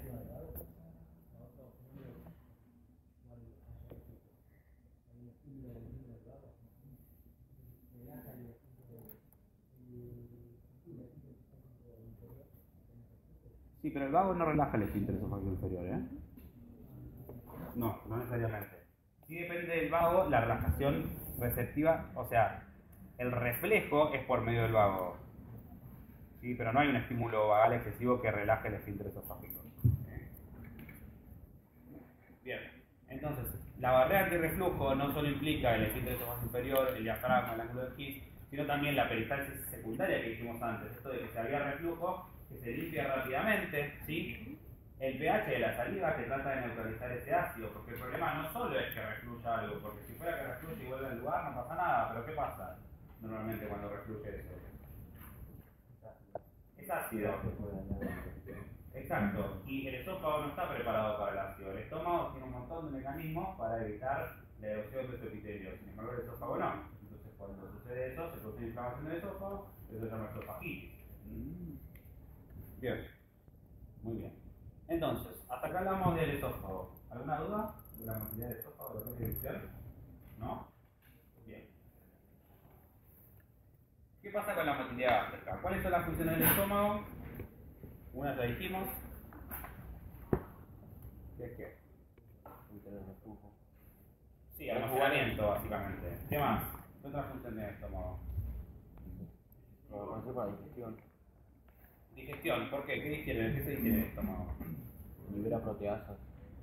¿Qué proteasa? Libera proteasas. Ácido clorhídrico, que lo libera ¿qué célula? La parietal. ¿Y el pepsinógeno? ¿Qué es una? Es una enzima proteolítica, es una proteasa que no es activa y que se activa con un pH bajo, ¿sí? Con un pH menor de 4. Entonces, cuando el pH es lo suficientemente ácido, el pepsinógeno se convierte en pepsina y permite la digestión de proteínas, o sea que tiene función digestiva. ¿Qué otra función tiene el estómago? Almacenamiento que dijimos recién. Mezcla. Perfecto. ¿Algo más? Sí, también. Bien, entonces, por un lado, después de comer, la función del estómago va a ser acomodar, ¿sí? Esto de que la ingesta es más rápida que la digestión, por lo tanto funciona como lugar de almacenaje. Fragmenta y mezcla el bolo por movimientos de mezcla, ¿sí? Inicia la digestión de las proteínas y va permitiendo el vaciamiento paulatino hacia el duodeno a medida que lo logre la digestión de los distintos alimentos, ¿sí? En el ayuno, básicamente lo que va a hacer es vaciar aquellos residuos, pero no mucho más.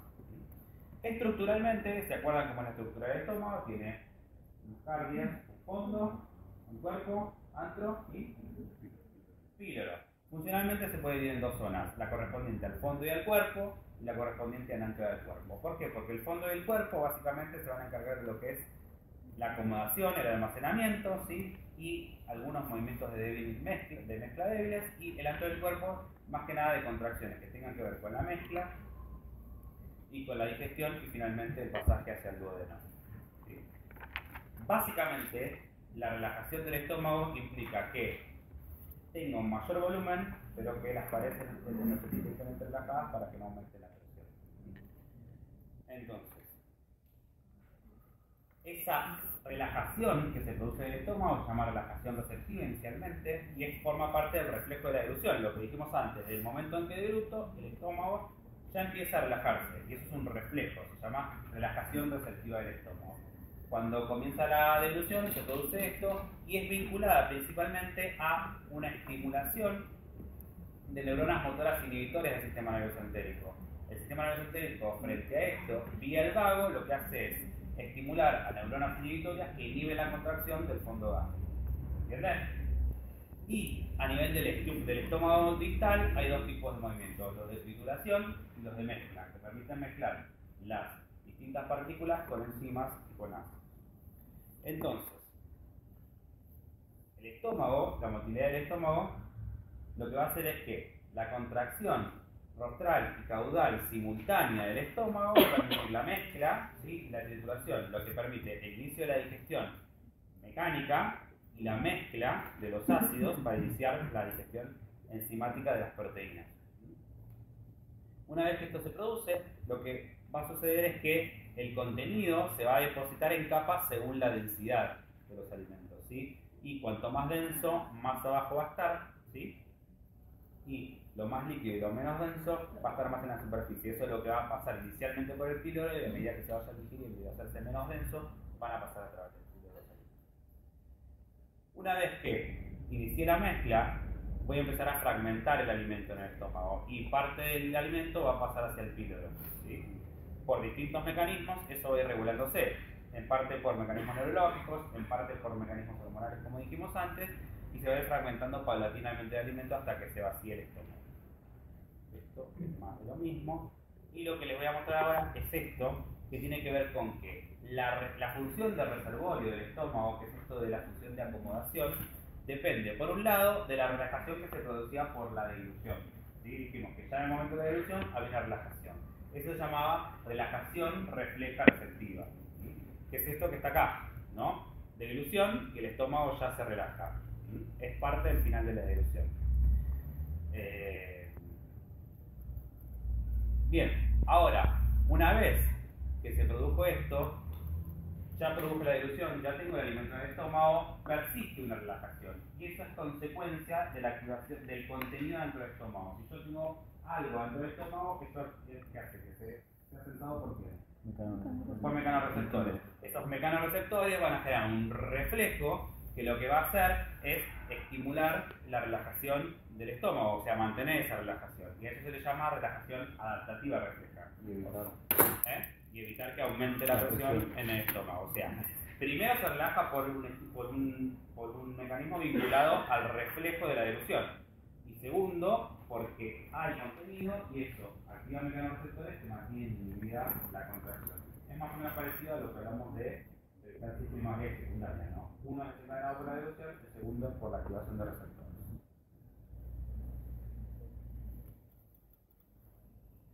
Esto es un poco esto de que, por ejemplo, si yo tengo, en una persona normal, si tengo el estómago vacío, tengo una determinada presión. Si tengo el estómago lleno, la presión se va manteniendo hasta que llega a un determinado volumen en el cual ya no puedo mantener, digamos, las presiones más o menos constantes. Pero fíjense, como esto depende del vago, cuando yo le corto el vago a una persona, ¿qué pasa? La presión, a medida que aumenta el volumen, aumenta progresivamente. ¿Por qué? Porque no tengo el reflejo de la relajación del vago como consecuencia de la activación de los mecanorreceptores. ¿Entiendes? Aumenta la presión porque no tengo el reflejo. Eso lleva a la apertura del esfínter. Lleva a la apertura del Sí, esfínter. en realidad antes, o sea, lleva a la apertura del esfínter, pero antes que eso lleva a que tengas más saciedad.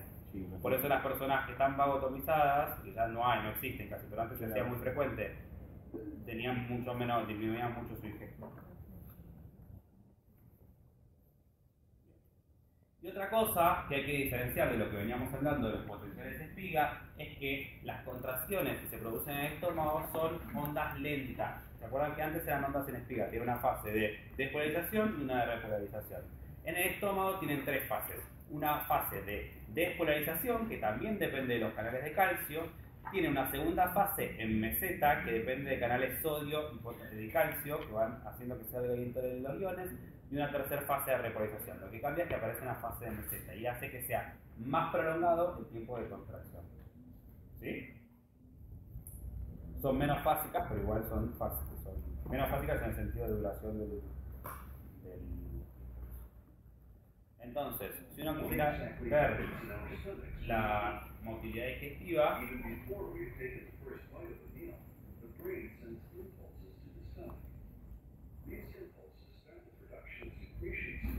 bueno, ahí lo que dice es que incluso antes de comer, el hecho de pensar en comida, ¿sí?, o oler la comida, hace que ya en el estómago se empiecen a producir ácidos gástricos, ¿sí? Lo mismo con el duodeno, se empiezan a producir enzimas que intervienen en la digestión. Una vez que como, lo que se va a producir entonces es una dilución, donde se produce relajación del esfínter esofágico inferior, y el estómago, frente a eso, empieza a relajarse, ¿sí?, ya sea por el mismo reflejo de la dilución como por la presencia del alimento dentro del estómago. En el estómago empezarán los movimientos de mezcla, ¿sí?, que son contracciones básicas, intermitentes,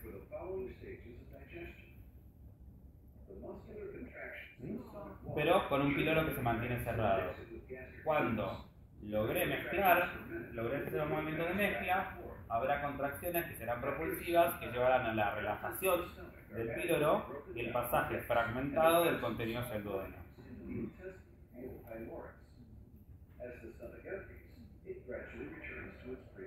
Y de a poco el estómago, a medida que se vacía, vuelve a su tamaño habitual. Y si esto lo viéramos en una seriada, si yo le pudiera dar a un paciente, que esto se hace, le puedo dar contraste, lo que va a ver es que, fíjense cómo el estómago va contrayendo, lleva una propulsión, el píloro se abre y el contenido pasa al duodeno. Esa contracción que se inicia en el antro hace que la presión aumente, se relaja el píloro, pasa el contenido en forma fragmentada. Y esto, lo mismo, lo puedo ver en una endoscopía, por ejemplo, aunque no voy a tener alimento.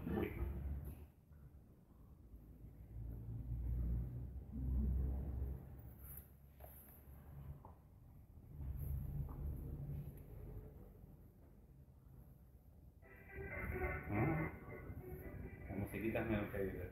Bueno, si ustedes ven, ahí adelante está el píloro, ahí, ¿sí? Y desde acá, desde atrás, ven como desde el antro hay una contracción que progresa hacia distal y que en definitiva, por aumento de la presión, lleva a la relajación del píloro a nivel distal y va a permitir el pasaje del alimento. ¿Sí?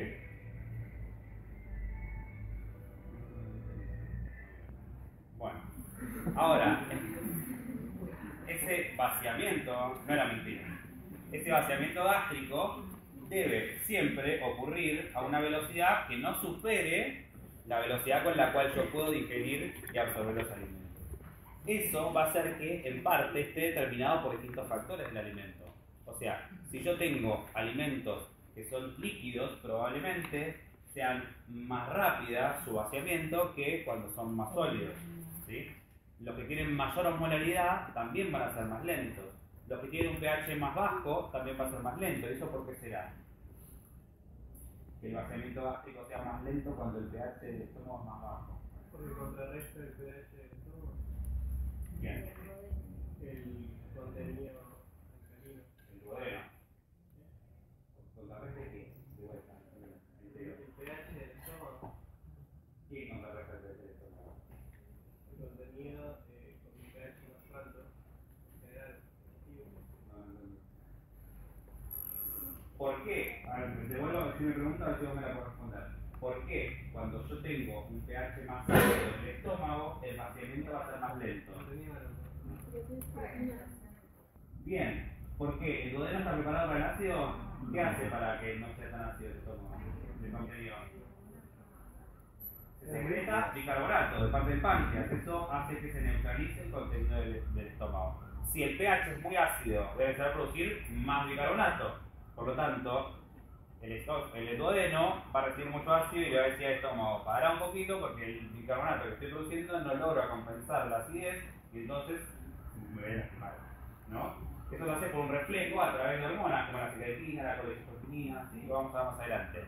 Lo mismo el contenido calórico. Cuanto más contenido calórico, cuanto más hidratos, cuanto más ácido graso tenga, más lento va a ser el proceso de digestión. Por lo tanto, más lento va a tener que ser el vacío del estómago, ¿sí?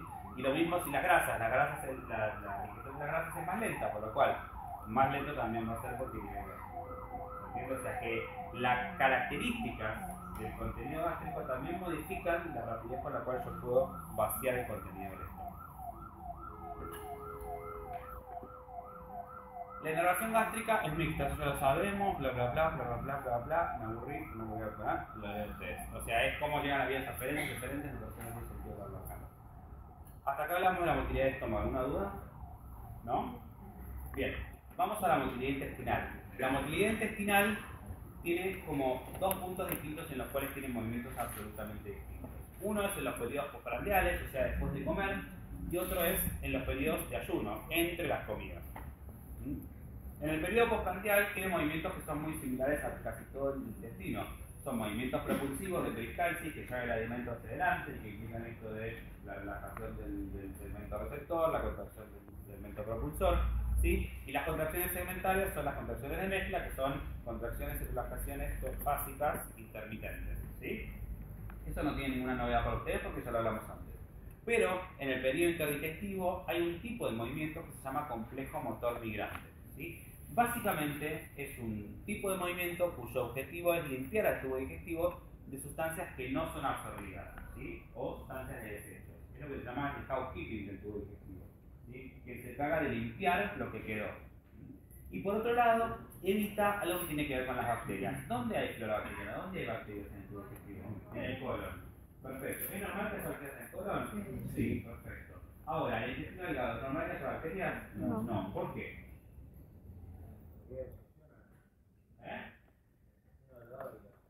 ¿Y qué tiene que ver? ¿Las bacterias no permiten absorber? No, las bacterias no van a absorber. En el colon también hay absorción y las bacterias no van a absorber. Porque daña el producto que tienes que absorber, o sea, lo modifica. Una voz, ¿viste? La bacteria podría absorber lo que se Algo de eso hay, pero no absorber. Lo modifica químicamente. Exacto, la bacteria va a competir por el alimento conmigo. O sea, yo en el intestino delgado todavía tengo nutrientes que me faltan, que estoy digeriendo y que necesito absorber. Si yo lo tengo ahí y tengo bacterias que también, la bacteria también va a querer lo va a comer y va a comer conmigo. Entonces la asociación que teníamos, la sociedad que teníamos ya no es tan buena, ¿sí? Porque ahora va a competir conmigo por el sustrato.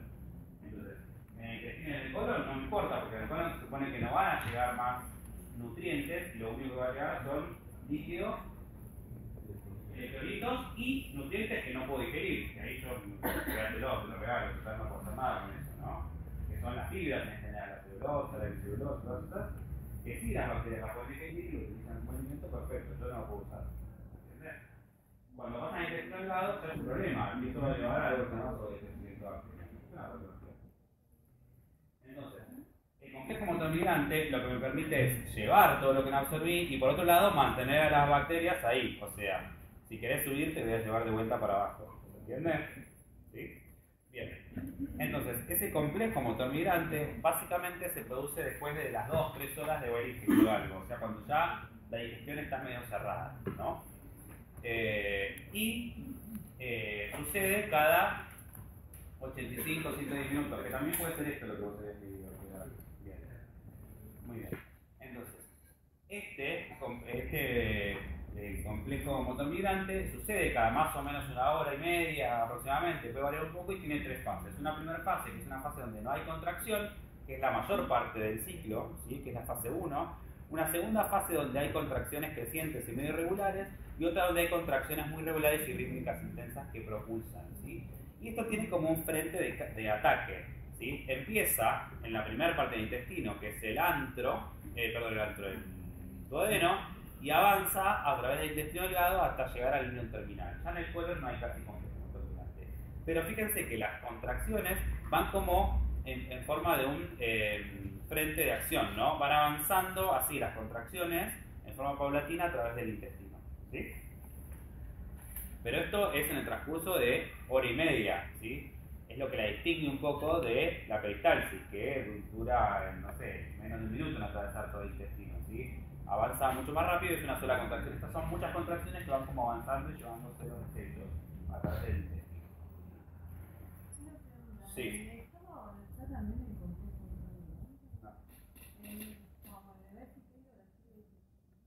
Puede que haya algún registro, pero no tiene función. Era estómago, perdón, duodeno, intestino grueso, de la vida. No, lo más importante es el intestino, de hecho en el colon casi no hay. Y bueno, y tiene como un frente de actividad. Actúa esto como el cuidador de la casa, ¿no? Como el que evita el crecimiento excesivo. Y tiene que tener claro que esto se produce en qué momento, después de comer. No, este es el momento interdigestivo, o sea, cuando no estoy comiendo, eso es lo más importante. Y en general se asocia a una hormona que se llama motilina, que lo van a leer quizás en algún lugar, pero no está muy claro si es que el complejo motor migrante aumenta la motilina o si la motilina activa el complejo motor migrante. Así que nada, sepan que se asocia, pero no digan mucho más porque no se sabe mucho más. Bueno. Y por último, vamos a la motilidad del colon. Dijimos que la función del colon era absorber ¿qué? Agua y electrolitos. Muy bien. Y por otro lado, acumula la materia fecal en el recto para el momento de la evacuación. Hay como 3 segmentos o 4 del colon, que son el colon ascendente, transverso, descendente y el colon sigmoide. Pongámosle ahí el recto aparte. Entonces, en el colon proximal es donde más hay austras, ¿se acuerdan de la estructura, no? Están las tenias y las austras, hay más austras, lo que permite compartimentalizar de alguna manera y permitir un mayor tiempo de retención de la materia fecal en esos lugares, permitiendo una mayor absorción de agua y electrolitos. El colon transverso no tiene mucha función más que de transporte hacia el colon descendente. El colon descendente tiene una función más de propulsión de la materia fecal a través del colon hacia el recto. El recto y el sigmoides se encargan más que nada de la acumulación de la materia fecal, ¿sí? Y por último en el recto, aparte del almacenamiento, interviene lo que es el vaciamiento. Entonces, si ustedes ven el recto sigma, lo que vamos a ver es que en el recto hay unas valvulitas, que son estas que están acá, que son válvulas rectales, se llaman válvulas Houston también, que contribuyen con la continencia, ¿no? Si ustedes tuvieran mucha materia fecal que esté por una cuestión de gravedad empujando hacia abajo, la continencia sería peor. Estas válvulas permiten como contribuyen con la continencia. Y por otro lado están estas dos estructuras de las cuales hablamos antes que se llaman esfínteres, ¿no? Dijimos que el esfínter anal interno y externo, ¿no? El interno era músculo liso y por lo tanto involuntario, y el externo era músculo estriado y por lo tanto voluntario. Perfecto. De estos dos músculos depende la evacuación. Entonces, cuando se producen en el intestino unos movimientos, vamos un poquito de la vuelta para atrás, unos movimientos que se llaman movimientos de masa, ¿sí? Que son movimientos que se producen más o menos entre 3 a 6 veces por día, donde hay una contracción, sobre todo el colon descendente, que se inicia en el ascendente, pero que propulsa la materia fecal, sobre todo sobre el colon descendente, hacia el recto. Llena el recto y eso es lo que produce una sensación de ganas de evacuar, ¿sí? Entonces, cuando esto sucede, cuando se distiende el recto, ¿sí? Porque se producen movimientos de masa, eso genera una activación de mecanorreceptores que producen un reflejo que se llama RARI, que se llama reflejo recto anal inhibitorio, que lo que hace básicamente es inhibir el esfínter anal interno, ¿sí? Yo tengo un esfínter anal externo y un interno. Se distiende el recto, lo reconocen los receptores y inhiben el interno. ¿Qué pasa? Me quedé con un solo seguro, ya no tengo dos esfínteres, ¿sí? Pero ese mismo reflejo tiene un componente excitatorio que se llama RARE, que lo que hace es estimular el esfínter anal externo, que me garantiza a mí la contención. ¿Entiendes? ¿Verdad? ¿Sí? Cuando las condiciones están dadas y yo tuve ganas de ir al baño, me fui al baño, me senté en inodoro, ¿qué pasa? Por control voluntario voy a decidir inhibir el esfínter anal externo y voy a lograr la evacuación. ¿Entiendes esto? ¿Sí? Bien, a esos dos reflejos se les llama RARI, o acá le dicen RIRA y REA, pero bueno, mundialmente se llama REA, pero no importa, da lo mismo. El tema es que es uno inhibitorio, otro es excitatorio, uno es del esfínter anal interno y otro es del externo, ¿sí? Y de esa manera voy a evacuar. Esto va acompañado de una serie de movimientos que se aprenden a lo largo del desarrollo, digamos, de los niños, que permiten llegar a la evacuación, ¿sí? Hay un músculo que se llama ápubo rectal que va desde el pubis hacia el recto, que normalmente está contraído y tironea al recto de manera tal que logra una angulación. Eso, de alguna manera, contribuye a la contención.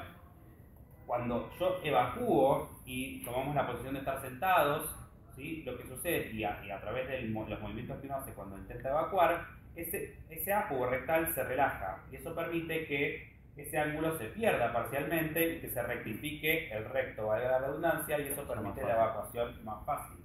Esto parece una pavada, pero las mujeres, por ejemplo, que están anexohisterectomizadas, que le sacan el útero, el ovario por distintas causas, la estructura de toda la pelvis se modifica y puede ser que este ángulo o se pierda o que se agudice un poco más. Entonces, en las mujeres donde se agudiza un poco más, puede llevar a la constipación, ¿sí? Se llama constipación de tipo Aulet, porque uno tiene dos tipos de constipación grandes, dos grupos.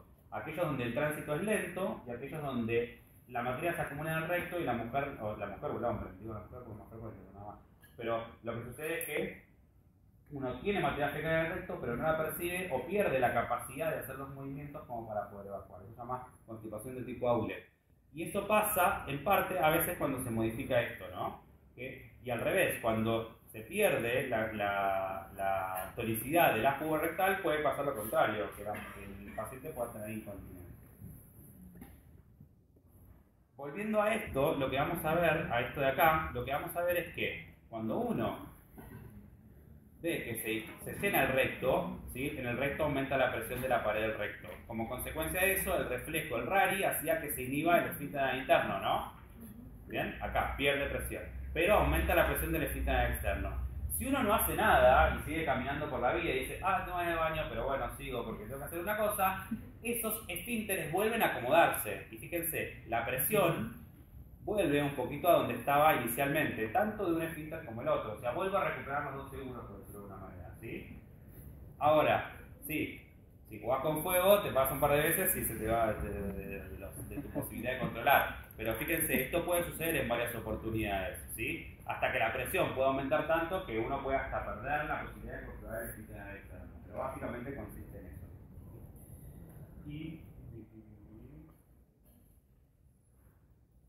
Y esto tiene que ver con, bueno, lo decía también en esta diapositiva acá adelante, que parte de esto, de este movimiento de masa, puede darse en situaciones como el reflejo gastrocólico. ¿Saben lo que es el reflejo gastrocólico? Está mucho más desarrollado en los bebés, y es esto de que cuando como, ¿sí? Me dan ganas de ir al baño. Esta gente que dice, yo como y voy al baño. Bueno, es porque tiene muy desarrollado el reflejo gastrocólico. La distensión, ¿sí? Del estómago, por reflejos vagales y a través de los nervios pélvicos, puede llevar a una contracción en masa que lleve a la relajación del esfínter interno y a la contracción del externo con ganas de evacuar. Ese es el reflejo gastrocólico. En los bebés es muy frecuente, esto de que los nenes le dan la teta y va a caer el pañal. Bueno, después eso se va perdiendo.